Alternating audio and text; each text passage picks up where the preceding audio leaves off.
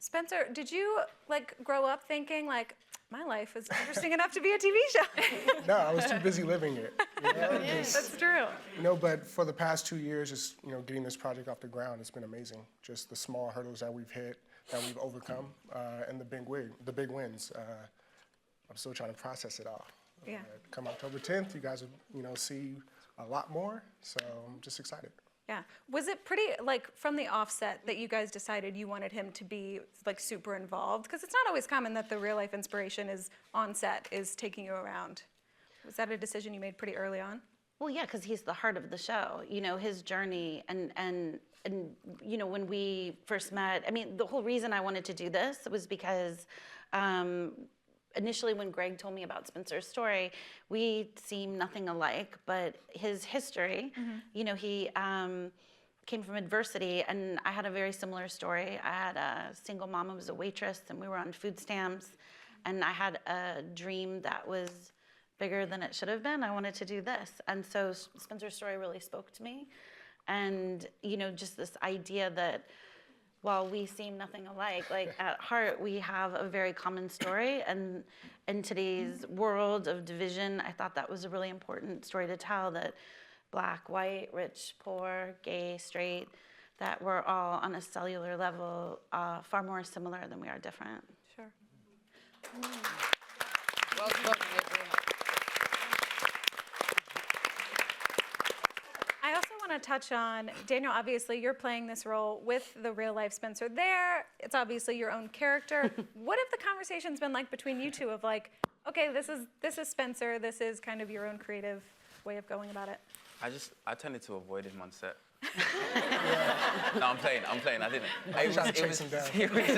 No, what was great is he made sure to give me the freedom to play and make my own choices, but he always made himself available to, if I always ask him quite specific questions about like family and, you know, I wanted to get the dynamic between him and his mother and siblings and friends and stuff accurate, or at least authentic and real. So most of the questions centered around his family life and his home life, Sure. and things like that. Yeah. Yeah.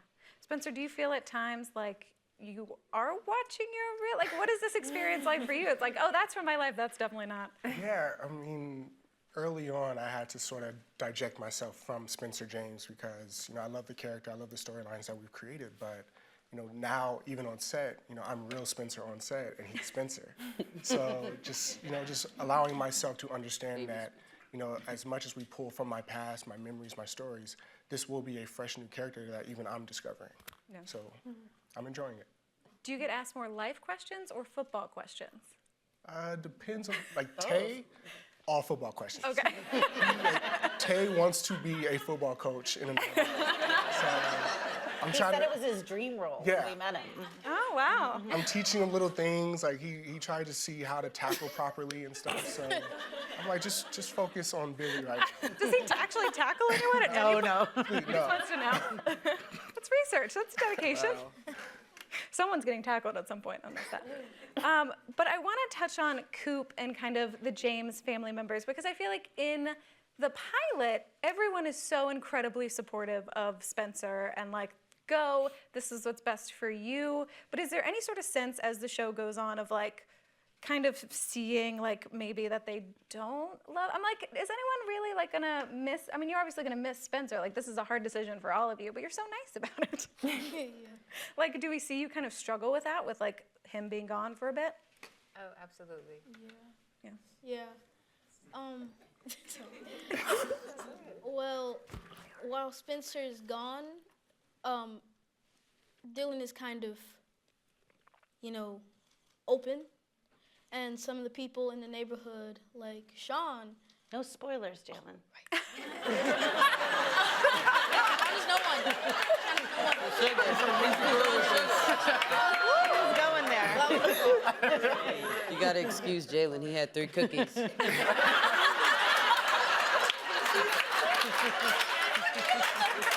had 3 cookies. But anyway, his family. But Spencer was kind of like their guardian, and with him gone, they're kind of you know. Can be tampered with, you know. Attack. Yeah, no, we definitely miss him. He actually, took on the role of pretty much being the man of the house. So although I want to position him for success, it is still very hard that he's gone. Yeah. How is Coop faring? Are we gonna get to see much of like Coop outside of Spencer? Like, Yeah. Yeah. I want like a Coop-centric episode. A Coop what? Just like an all Coop episode. Oh, all Coop episode. Say that I again. love. I'm writing that now. Okay, great. Great. Just started. Did the two of you? Because I feel like this friendship is such like a key thing in the show. Did you guys do like a chemistry read? When did you first meet? Love at first sight. Yeah, it was. I mean, no, we didn't. I was waiting on him to come in from Birmingham. No, we didn't. We didn't do a chemistry thing. We just. When did we first meet? On set. No, we met at Oh, the table read. Oh, the table read. Yeah, but we Yeah, did. we met at table read. Yeah, but there was no chemistry test. We just, we clicked pretty instantly. I kissed you. He's like.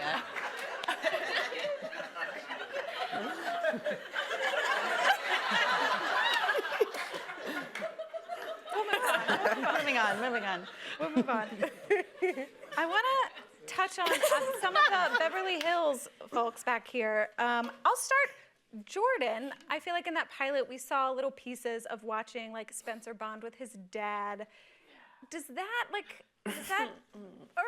How does that kind of affect him and you with that? Yeah, definitely irk. That's a good word. Yeah. It definitely, Jordan, he's itching for his dad's attention all the time. And when Spencer, this new kid, comes to town and just immediately snatches up dad's attention, that's just like, what? It sends Jordan in this mission to sabotage, if you will, Spencer.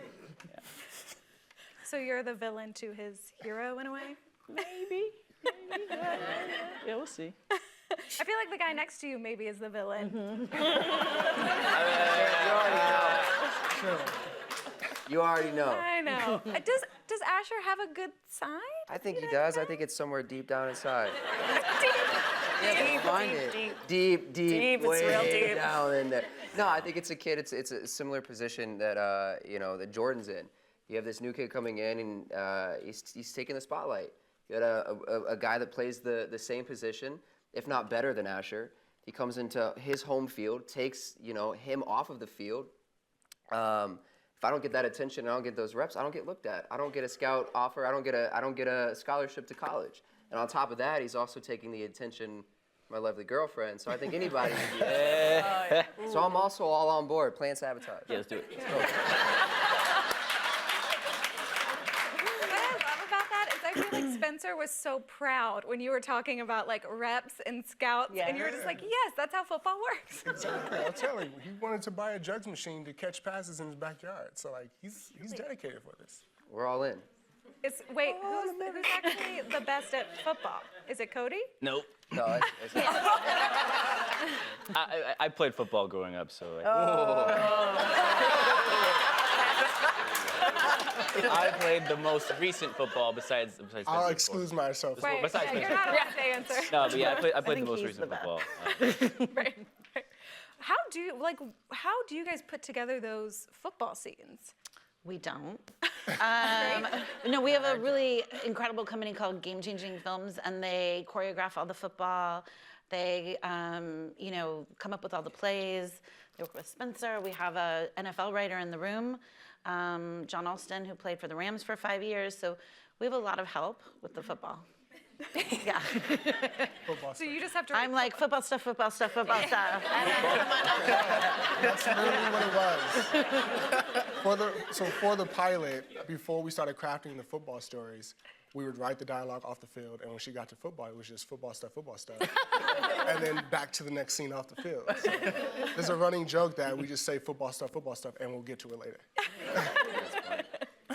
Well, I want to touch on Laura. I feel like in that pilot, welcomed Spencer in pretty without thinking about it. Is she really that nice? Are we gonna explore more of kind of how she feels about this situation? Yes, I think she is really that nice.